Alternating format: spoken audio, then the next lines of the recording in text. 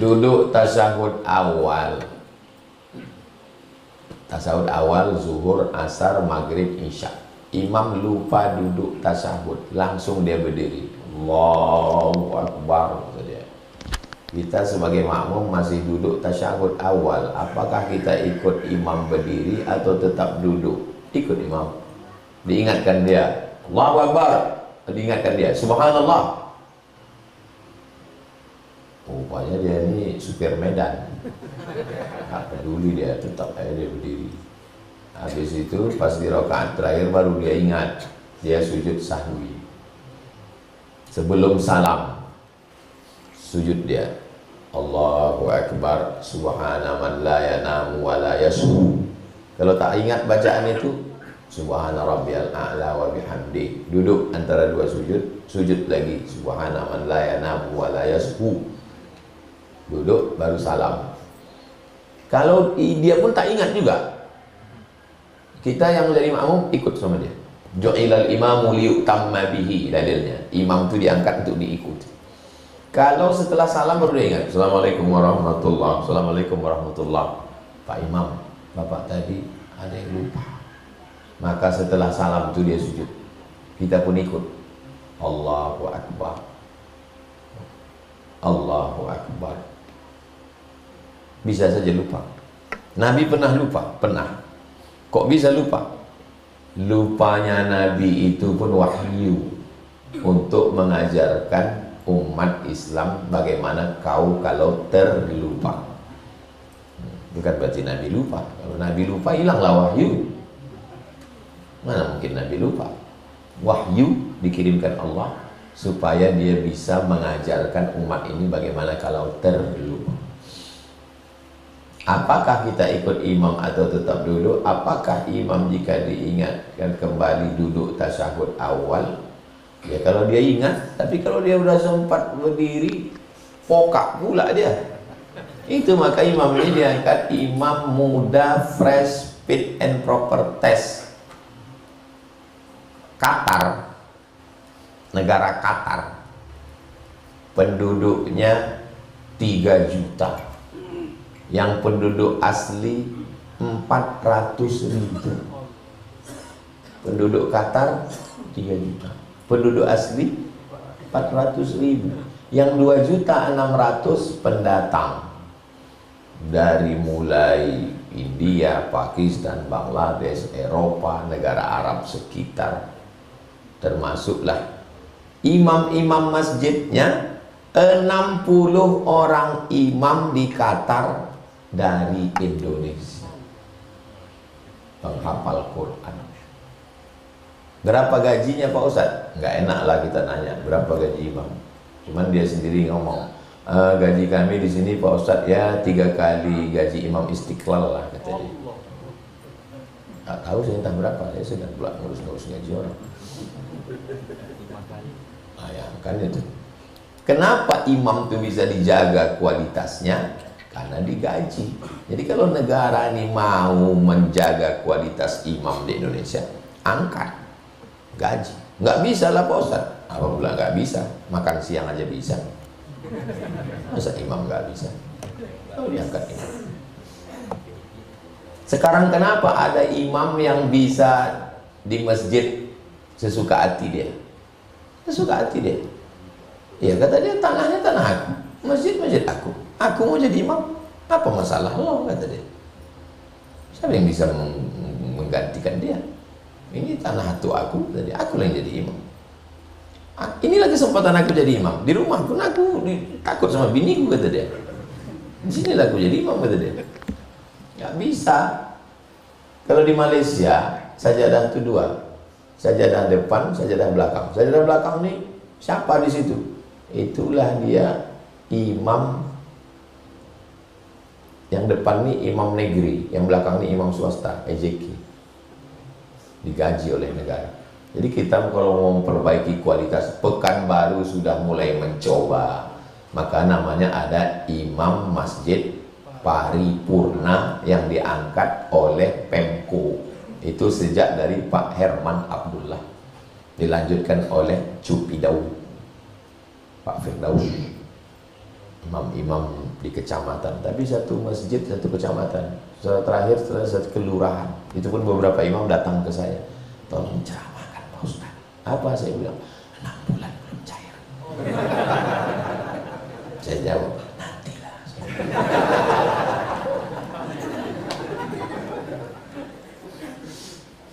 Apakah ada di zaman Nabi itu kodam? Kodam itu kan komando daerah militer.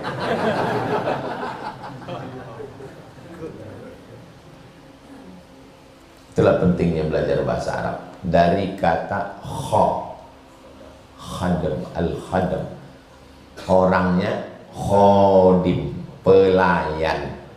Jadi saya ini kan punya jin ini melayani saya, maka saya bilang, hati-hati Ustaz Somad, itu ada khadamnya itu. Jin itu melayani dia.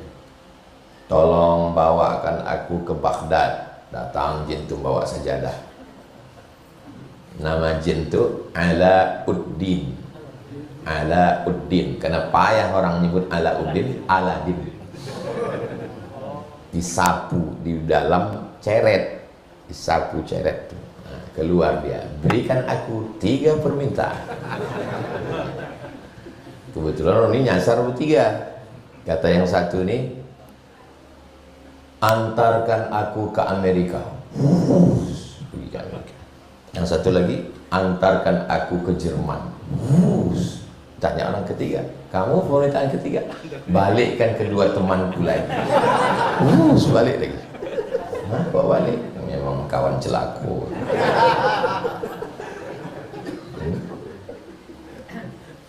Apakah ada orang berkhodam ini di zaman Nabi? Hebat pertanyaan. Ini namanya Ratu Sabah, Kerajaan Sabah. Di Riau ini pun ada Sabah, Sabah Au. Siap. Ini Sabah. Sabah ini di Yaman. Ini Sulaiman, Raja King Solomon di Palestina. Jarak dari Yaman ke Palestina ini 3000 km. Naik pesawat 3 jam. Datang burung hudhud. Kata burung hudhud, Sulaiman, aku melihat pasukan Sabah sudah datang. Nabi Sulaiman sudah tahu bahwa Ratu Sabah di jalan sudah menuju Palestina. Dia mau memberikan kesan yang luar biasa bahwa dia hebat kepada Ratu Bilqis. Dikumpulkannya bala tentaranya. Apa kata Nabi Sulaiman?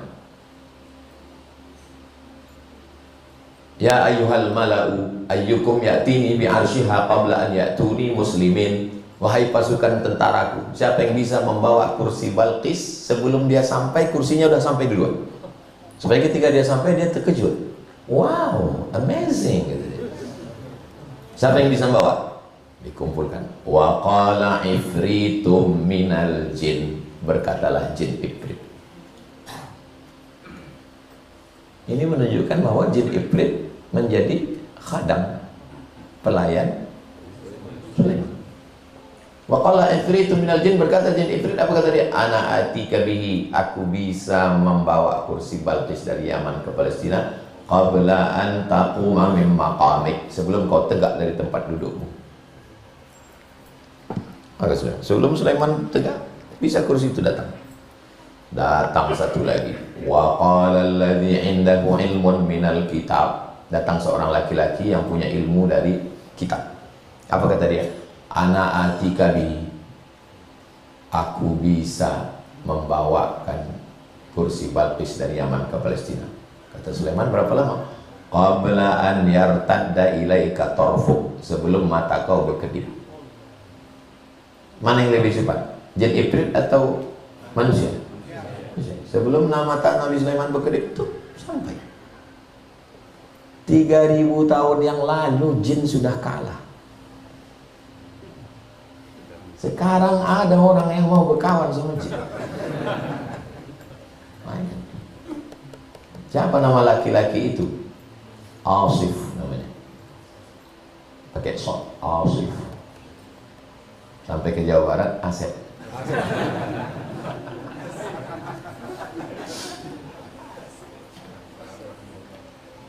Inilah dalil orang berkawan sama jin. Kalau ditanya, kau kenapa berkawan sama jin? Itu Nabi Sulaiman boleh. Tipis setipis kulit bawang. Nabi Sulaiman berkawan sama jin. Jin itu ditunjuk kirinya. Kau ditunjuk jin itu. Saya waktu saya bawa almarhumah mak saya ke tablik akbar, pertama kali ditengoknya manusia macam semut. Balik dia ditanyanya saya, kau berkawan sama jin? Takut dia saya punya jin, lalu jin itu menarik hati orang ini supaya dia mau dengar ceramah saya. Ada kau berkawan sama jin? Tidak. Ada kau mengamalkan wirid-wirid ini manggil jin? Tidak. Ku sumpahkan kau berkawan sama jin. Karena atukku dulu melarang ayahku, ayahku melarang aku melarang kau. Jangan kau berkawan sama jin. Susah kau nanti mati, berbuka atap diganggu jin. Maka jangan berkawan sama jin. Tapi kan ada jin Islam Pak Ustaz. Sedang orang Islam aja payah dipercaya, apalagi jin Islam. Saya berapa orang Islam yang ngutang tak balik-balik. Kawan akrab tuh. Apalagi jin. Dia pula tukang mengeluarkan jin. Minjam duit tak balik-balik. Kau percaya sama jin? Ini cerita Tuan Guru Jahid, mursyid tarekat Naqsabandiyah di Malaysia. Cari di YouTube. Ada orang bawa duit merantau ke Kuala Lumpur. Sampai di Kuala Lumpur hilang duitnya. Susah. Akhirnya dalam putus asaan, udah tak ada lagi harapan, putus sudah, datang bisikan. Kau buka rumah makan, jual roti canai, amalkan ini. Dibukanya roti canai, laris selaris-larisnya, maju balik duit tadi. Habis itu datang lagi bisikan, pergi ke Masjid Demak, lihat nasabmu ada di tiang. Pergi dia ke Masjid Demak, ditengoknya macam yang diceritakan. Akhirnya dia mengaku keturunan Wali Songo. Habis itu pulang lagi, kau bacakan ini nanti kau, jangan direkam nanti sangka saya jin. Kau bacakan ini nanti kau bisa mengobati orang sehat. Dibacakannya, siapa aja datang sehat, pegang sehat, embus sehat. Sampai pada step ini masih baik. Buka roti canai, baik. Ziarah ke Demak, baik. Sampai mengobati orang, baik. Sampai pada mau garis finish, dia tak sembahyang.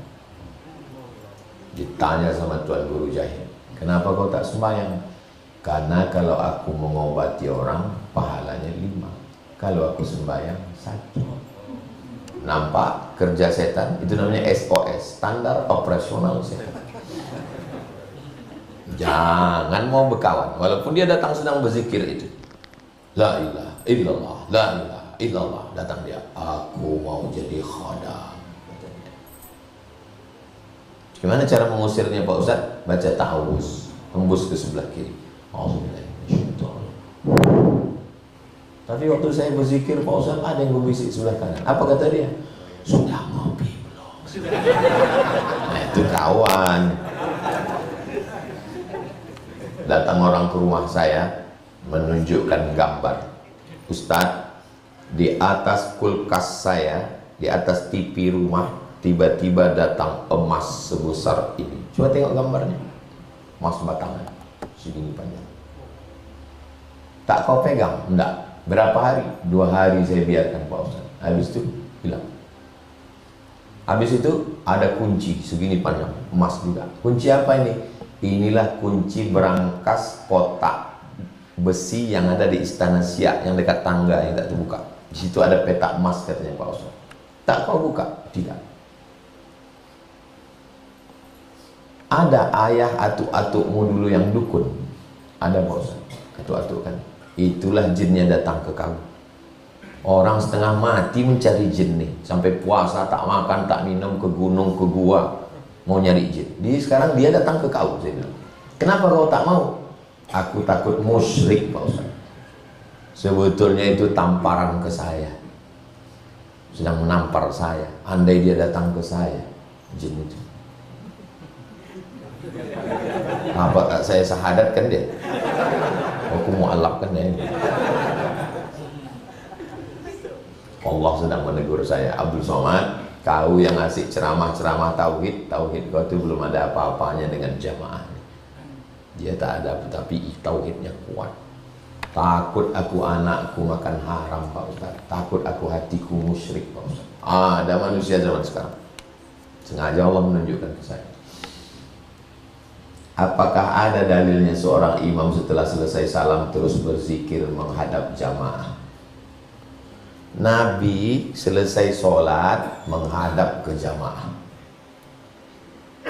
Waktu Nabi menghadap ke jamaah, dia bertanya, asyahidun fulan, asyahidun fulan, asyahidun fulan, mana si fulan, mana si fulan, mana si fulan. Versi 1. Versi 2, Nabi menghadap ke kanan. Kenapa dia menghadap ke kanan? Karena sahabat minta barokah sebelah. Saya pakai versi 2. Makanya saya tadi habis sholat saya menghadap miring ke kanan. Kenapa Ustaz tak pakai versi 1 menghadap ke jamaah? Karena kalau menghadap jamaah itu berarti bertanya, mana sebulan, mana sebulan. Itu yang cocok itu presiden, mana menteri, mana menteri, mana kepala dinas, mana kepala badan, mana kepala kantor. Yang enggak sembahyang berjamaah, nonjok. Saya, mana ada jabatan saya? Kalau saya tanya, mana sih bulan? Mana sih bulan? Ngapain saya tanya dia? Tentang masalah menghadap habis sholat itu 2 versi. Menghadap ke jamaah atau miring ke kanan. Tentang berzikir, hadisnya diriwayatkan oleh Abdullah bin Abbas. Kata Abdullah bin Abbas, kami di luar masjid, kami tahu Nabi dan sahabat selesai sholat karena kami mendengar suara takbir. Padahal waktu itu mikrofon belum ada. Kalau bunyi takbirnya Allahu Akbar, Allahu Akbar, Allahu Akbar, kedengaran luar, berarti bunyi takbir mereka kuat. Allahu Akbar, Allahu Akbar, Allahu Akbar, Allahu Akbar. Begitulah suara takbir mereka dulu selesai sholat. Makanya ulama Saudi Arabia namanya Syekh Ibnu Utsaimin ditanya, Syekh Ibnu Utsaimin, ya, zikir selesai sholat itu jahar atau sir? Jahar. Ya. Tapi saya tak menyalahkan yang sir. Kenapa? Karena kata Imam Syafi'i, kalau makmumnya sudah tahu bacaannya, maka sir. Tapi kenapa Ustaz setiap jadi imam jahar terus? Mana saya tahu makmum itu ada yang tahu, ada yang tidak. Di belakang ada yang baru taubat, ada anak kecil, ada mu'allaf. Jadi saya jaharkan itu untuk mengajar yang tak tahu. Pulang anak-anak ini ditanya sama emaknya, apa zikir tadi nak? Dia tak tahu. Maka zikir yang saya bacakan itu zikir minimalis. Astaghfirullahaladzim 3 kali, la ilaha illallah syarikalah 3 kali, Allahumma antas salam sekali, afdal, baru subhanallah 33, alhamdulillah 33, Allahu akbar 33, afdalu zikri fa'lam 100. Itulah zikir minimalis setelah selesai sholat. Kalau yang panjang, syahidallahu annahu la ilaha illallah wa ulul ilmi qa'iman bil qist, belum lagi membaca ayat kursi kul huwallah 3 kali, itu yang panjang. Jadi kalau saya jaharkan itu untuk mengajar. Saya seorang laki-laki, hasil pernikahan dari orang tua yang beda agama. Sekarang saya sudah menikah. Saat menikah saya mengenalkan nama saya dengan bin ayah saya.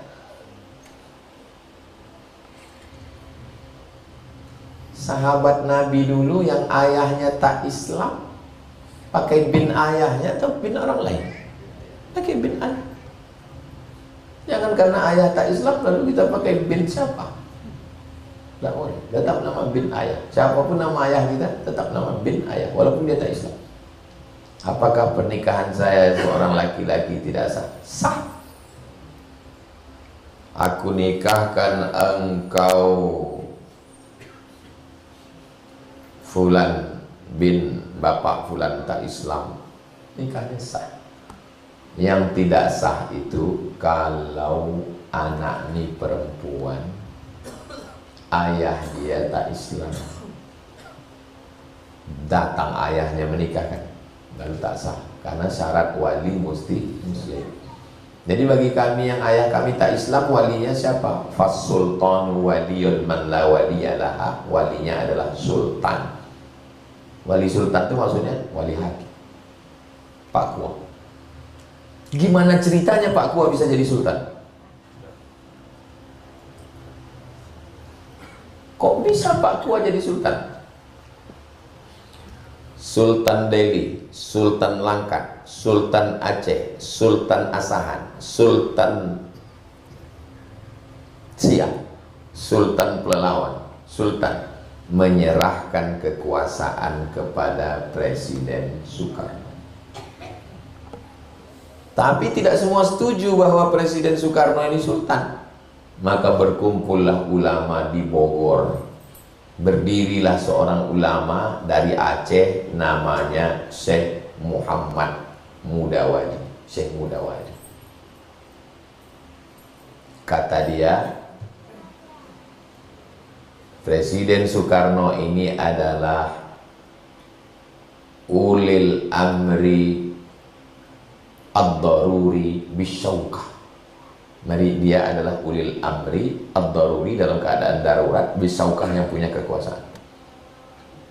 Bukankah begitu Syekh Krongkale?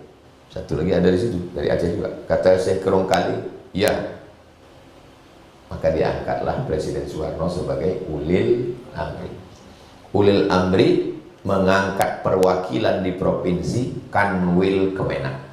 Kanwil Kemenak mengangkat di kabupaten kepala kantor, Kakan Depak dulu namanya. Kakan Depak, kepala kantor Departemen Agama, mengangkat di kecamatan Pak Kua. Itulah kenapa Pak Kua tak ada perempuan. Karena Pak Kua mesti laki-laki, karena tak bisa perempuan menikahkan. Jadi kalau ada yang bertanya, gimana ceritanya Pak Kua jadi sultan? Entahlah, aku pun tak tahu. Begitulah kronologisnya. Kenapa kok? Jadi orang yang mengatakan bahwa presiden yang diangkat dengan cara demokrasi, bahwa dia bukan sultan, berarti semua orang di Indonesia yang dinikahkan Kua bermasalah. Kenapa? Karena Kua diangkat oleh Kakan Kemenak, Kakan Kemenak diangkat oleh Kanwil, Kanwil diangkat oleh menteri, menteri diangkat oleh presiden, presiden yang bermasalah, maka nikah orang pun bermasalah. Tengok efeknya. Ini diam tanda paham atau tanda lapar? Apa kita masih bisa mendoakan anak yang sudah beda keyakinan karena sudah ikut ibunya? Karena dulu saya mempunyai istri seorang mu'allaf. Setelah berpisah, kedua anak ikut ibunya kembali menjadi non-muslim. Kalau dia masih hidup, doanya Allahumma hdi qaumi fa innahum la ya'lamun. Itu dalil boleh mendoakan orang tak Islam, karena Nabi mendoakan dia, Allahumma hdi qaumi fa innahum la ya'lamun. Berikanlah dia hidayah ya Allah. Jangan putuskan silaturahim. Belikan dia baju, telepon dia, ajak dia jalan, berikan kasih sayang, karena kita bertanggung jawab sampai dia meregang nyawa. Sebagaimana Nabi mengajak pamannya Abi Thalib sampai akhir hayat. Jangan putus, karena bapak bertanggung jawab. Kalau dia masih hidup, mintakan, berikan dia hidayah, berikan dia hidayah. Sholat hajat malam, berdoa, ya Allah berikan dia hidayah. Al-Fatihah, lembutkan hatinya. Al-Fatihah, lembutkan hatinya sebanyak sampai tertidur. Kertas terakhir, apa pendapat Ustadz tentang pemimpin tertinggi Iran, Ali Khamenei, seorang muslim yang pemberani melawan Zionis, Israel, Amerika? Seandainya Vladimir Putin berpihak kepada Hamas dan Palestina, apakah kita meninggalkan Putin atau bersama Putin? Kita bersama Putin. Apakah dengan kita bersama Putin lalu kita menjadi ortodok? Tidak. Kita bersama Putin karena dia bersama Palestina. Kalau Kim Jong Un Korea Utara membela Palestina, kita akan berjalan bersama Kim Jong Un. Apakah kita menjadi ateis? Tidak. Kita berjalan bersama dia karena kepentingan yang sama untuk Palestina. Kalau Xi Jinping, Presiden Cina, bersama dengan Palestina, membela Palestina, kita juga akan bersama. Kita bilang sama Xi Jinping, ayah, kamsia, kencong-kencong lah, kencai lah. Kita akan bersama. Apakah kita akan menjadi agama dia? Tidak. Begitu juga dengan ini. Apakah kalau saya bersama dengan Ali Khamenei, lalu saya menjadi Syiah, Imamiyah, Isna Asyariyah? Tidak. Saya akan bersama dengan beliau demi untuk memerdekakan Palestina. Masalah akidah, keyakinan lain. Wala ana abidu ma'abattum wala antum abiduna ma'abud lakum dinukum. Jelas?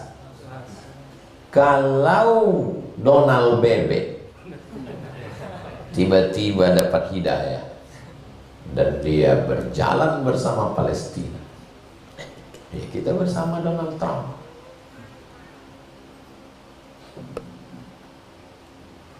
Dua kekuatan dunia, yang satu Rom, yang satu Persia. Ghulibatir Rom, bangsa Romawi kalah. Siapa yang mengalahkan? Persia. Tengok surat Ar-Rum. Hum min ba'di ghalabihim sayaghlibun. Nanti mereka akan mengalahkan. Rom yang sekarang kalah, fi bid'i sinin, dalam beberapa tahun ke depan akan mengalahkan. Dan betul, menang Rom, kalah Persia. Jadi dunia ini selalu ada dua kekuatan. Dulu kekuatan barat Amerika, United States. Kekuatan timur adalah Uni Soviet, dipimpin oleh Cecep Gorbachev. Orang Jawa Barat itu. Kemudian Gorbachev tumbang, naik Boris Yeltsin. Yeltsin pun tumbang, pecah. Hikmah pecahnya Uni Soviet, merdeka 15 negara-negara yang sebagiannya Islam. Kirgistan, Tajikistan, Uzbekistan, Kazakhstan, Afghanistan. Kampungnya Imam Bukhari, Tashkent, Bukhara, Uzbekistan, berdiri sekarang jadi negara yang makmur, negara termurah untuk jalan-jalan. Nanti insya Allah panjang umur kita jalan-jalan berziarah ke makam Imam Bukhari, Imam Bahauddin An-Naqsyabandi, ongkos tanggung masing-masing. Nah, sekarang dunia terbagi dua, kelompok barat Amerika dan Eropa, kelompok timur Rusia, Cina, Korea Utara. Siapa saja yang berpihak kepada sini, ini akan marah. Berpihak ke sini, marah. Datanglah orang ini, dia berpihak ke Putin. Marahlah si Donald. Dijemput tengah malam di kamar tidurnya, sampai bininya pun tak tahu. Presiden Venezuela, rupanya dari tempat kita, Maduro. Tangkap, bawa. Sebenarnya Trump ingin ngasih tahu, siapa yang ikut-ikut Putin, awas. Dia sedang mau ngasih alarm lampu merah, awas. Dia sedang mau ngasih tahu, siapa yang ikut BRIC kemana? BRIC berarti ke sana, awas. Nah, bagaimana cara supaya menyeimbangkan ini? Pasang dua kaki. Ya, ikut BRIC, tapi juga ikut perdamaian Persia untuk menyelamatkan. Kalau tidak nanti dia bisa copot. Nah, ini dari belajar hadis ke ilmu geopolitik ini. Politik. Kalau mau masuk ke politik ini, menu makanan kita mesti berubah. Jangan lagi makan soto Banjar, jangan lagi makan coto Makassar. Nah, itu larangan, nggak boleh cerita politik di masjid. Kalau mau ikut politik, makanannya robah, goreng belut pakai oli. Barulah bisa. Ala hazir niyah, mudah-mudahan Allah menjaga kita semua. Al-Fatihah. أعوذ بالله من الشيطان الرجيم بسم الله الرحمن الرحيم الحمد لله رب العالمين الرحمن الرحيم مالك يوم الدين إياك نعبد وإياك نستعين إن الصراط المستقيم صراط الذين أنعمت عليهم غير المغضوب عليهم ولا الضالين آمين